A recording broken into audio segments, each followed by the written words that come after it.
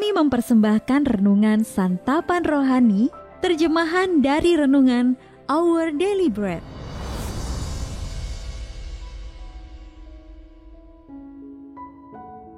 Untuk menerima notifikasi video baru kami, silakan tekan tombol subscribe dan tanda lonceng di bawah ini.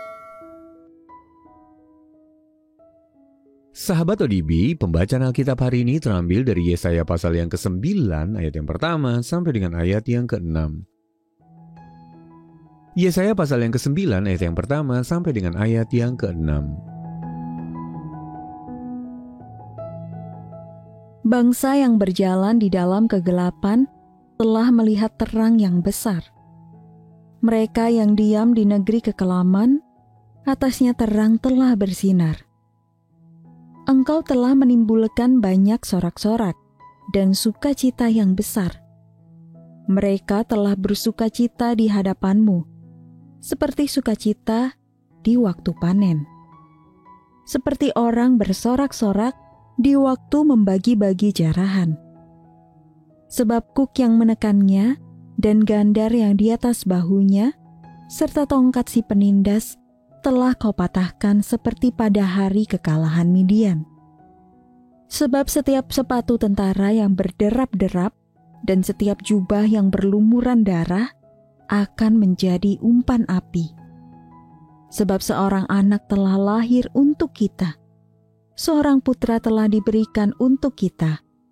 Lambang pemerintahan ada di atas bahunya, dan namanya disebutkan orang, Penasihat ajaib, Allah yang perkasa, Bapa yang kekal, Raja damai. Besar kekuasaannya dan damai sejahtera tidak akan berkesudahan.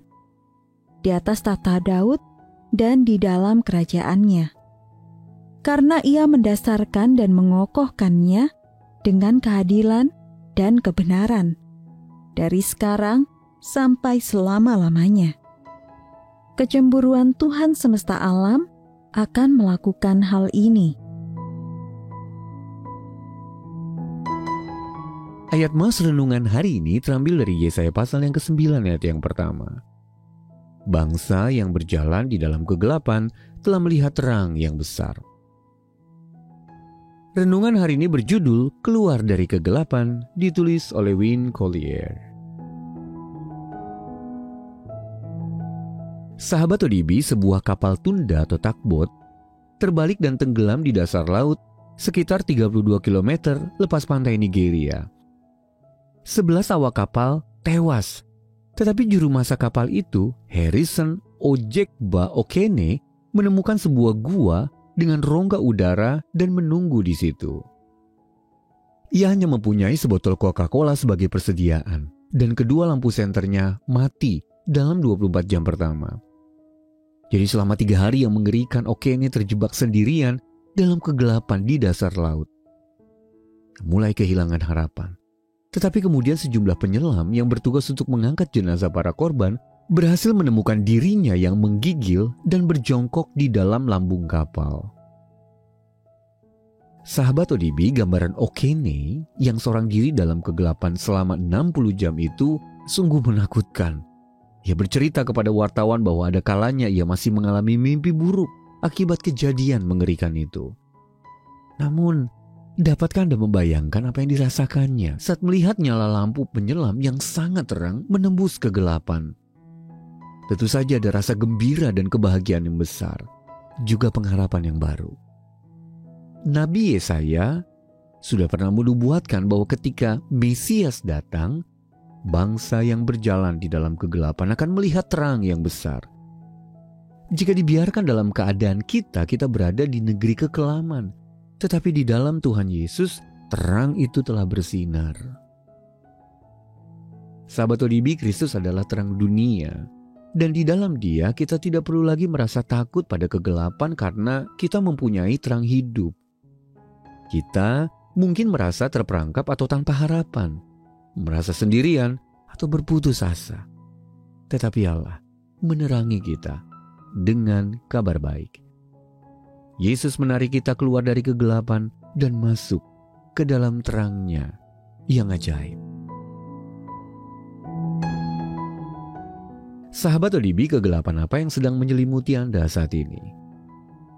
Bagaimana Anda membutuhkan Tuhan Yesus untuk menjadi terang dan membawa Anda keluar dari kegelapan itu? Mari kita berdoa. Ya Allah, aku membutuhkan terang-Mu dalam hidupku. Bawalah aku keluar dari kegelapan yang menyelimutiku. Dalam nama Tuhan Yesus kami berdoa. Amin. Mari mendukung pelayanan ini agar kami dapat menjangkau banyak jiwa dengan firman Tuhan yang sanggup mengubahkan hidup. Silakan scan kris yang tertera di layar untuk memberikan persembahan kasih. Tuhan Yesus memberkati.